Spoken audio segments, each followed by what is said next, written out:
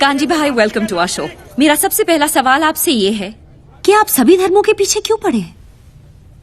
आप लोग मीडिया वाले मैडम, आप लोग सवाल ही ऐसा पूछते हैं कि जवाब देने से पहले ही आदमी दोषी साबित हो जाए। मैं सब धर्मों का आदर करता हूं और किसी भी धर्म में मानता नहीं। ये आदमी कभी नहीं सुधरेगा। और अगर भगवान है तो मेरे सारे सवालों का जवाब देंगे। उतना ही नहीं, वो मेरी लड़ाई में शामिल भी होंगे। वो कैसे? अब जब छोटी थी, छोटी बच्ची थी, तो अपने पापा से चॉकलेट मांगने के लिए अब क्या करती थी? माने से पापा के नाम की माला जपती थी, पापा चॉकलेट दो, चॉकलेट दो, चॉकलेट दो, कि पापा के सामने अगरबत्ती घुमाती थी या फूल फेंकती? नहीं, मैं ऐसा सब कुछ नहीं करती थी। जो मुझे जो चाहिए होता था मैं उनसे डायरेक्टली मांग लेती थी। Exactly madam, exactly. मैं भी तो वही कर रहा हूं। हुआ यह है कि दुनिया वालों ने मुझे बचपन से ऐसा समझाया कि भगवान तो हमारे बाप के समान है, होगा। लेकिन मैं यकीन कैसे करूं जब तक वो मेरा बाप मेरे सामने नहीं आता? तू तो नास्तिक है, भगवान कैसे तेरे सामने आएगा? माँ जी आप खाइए।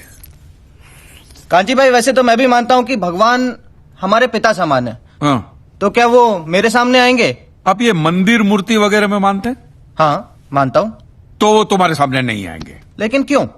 क्योंकि आप उनको मंदिर मूर्तियों में ढूंढ रहे हो ना, फिर उनको रूबरू होने की क्या जरूरत है? नहीं नहीं, लेकिन ये तो गलत है। भगवान तो होता ही है। 2 साल से मुझे अच्छी नौकरी नहीं मिल रही थी। मैंने मन्नत मांगी कि मुझे अच्छी नौकरी मिल जाएगी तो मैं अपने बाल अर्पण करके आऊंगा, और देखो मुझे नौकरी मिल गई। ओहो, पूरे के पूरे अर्पण कर दिए। अच्छा, आप जरा सोचिए, आप सुबह सुबह तैयार होकर फर्स्ट क्लास ऑफिस के लिए निकलते, काम के लिए निकलते, और जैसे आप घर का दरवाजा खोलते हैं, सामने बालों का ढेर पड़ा हुआ, काले बाल, सफेद बाल, कुछ डैंड्रफ वाले बाल, कुछ ऐसे जूं वाले बाल, हर किस्म के बालों का बूफे लगा हुआ है। तो मुझे बताइए, आपको कैसा लगेगा? मुझे बिल्कुल ही अच्छा नहीं लगेगा, है ना? तो सोचो भगवान को कितना बुरा लगता होगा। है? भगवान ने दरवाजा खोला कि बाल बाल बाल बाल। ये कांजी भाई लॉजिक तो सही इस्तेमाल करते हैं। आपको पता है इन बालों का क्या होता है? धंधा होता है, बिजनेस होता है। ये बाल अमेरिका, लंदन, ऐसे विदेशों में बेचे जाते हैं। इन शॉर्ट, आपकी श्रद्धा का वहां धंधा होता है। इवन सरिया पेसरा बंदे में दम है यार। लेकिन उन पैसों से स्कूल, अनाथ आश्रम, अस्पताल, चैरिटेबल ट्रस्ट चलते हैं, उससे भी आपको दिक्कत है? ये तो ऐसी बात होगी, जो गुटखा बेचता है वही कैंसर की हॉस्पिटल खोलता है। और मैडम ये सब चलाना ही पड़ेगा, क्योंकि ये सारा पैसा ब्लैक का आता है। इसका अगर आपने व्हाइट में कोई ट्रांजैक्शन नहीं दिखा तो इनकम टैक्स वाले आपका गला दबा के जेल में डाल देवे। मुझे प्रॉब्लम है इनके पैसे निकालने के तरीकों से। जिस तरह वो माफिया वाले गन दिखा के डराते, ये लोग भगवान दिखा के डराते। That's a good one. आपके बच्चे की कुंडली बहुत खराब है, वो मांगलिक है, उसको काल सर्प योग है, शनि का साया है, मंगल की माया है। क्या है ये? वो बेचारा अभी अभी तो पैदा हुआ, उसको सांस तो लेने दो।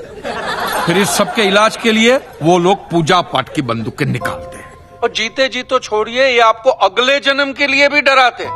हाँ, कि अगर इस जन्म में आपने ये किया तो अगले जन्म में कुत्ते बनोगे, या अगर ये किया तो कीड़े बनोगे, मकोड़े बनोगे, नर्क में जाओगे। और फिर तो नर्क का पूरा मेनू कार्ड भी पड़ता है कि आपको वहां कांटों के बिस्तर पे सुलाया जाएगा, आग के दरिया में झोंका जाएगा, गर्मा गर्म तेल में फ्राई किया जाएगा।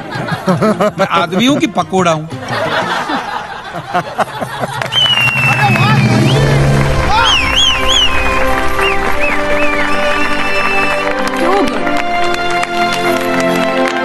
तो आपके हिसाब से धर्म की परिभाषा क्या है? मैं समझता हूं जहां धर्म है ना, वहां सत्य के लिए जगह नहीं है, और जहां सत्य है, ट्रूथ है, वहां धर्म की जरूरत ही नहीं है। बिल्कुल सही कह रहा है। धर्म या मजहब एक इंसान की जिंदगी में क्या काम करता है?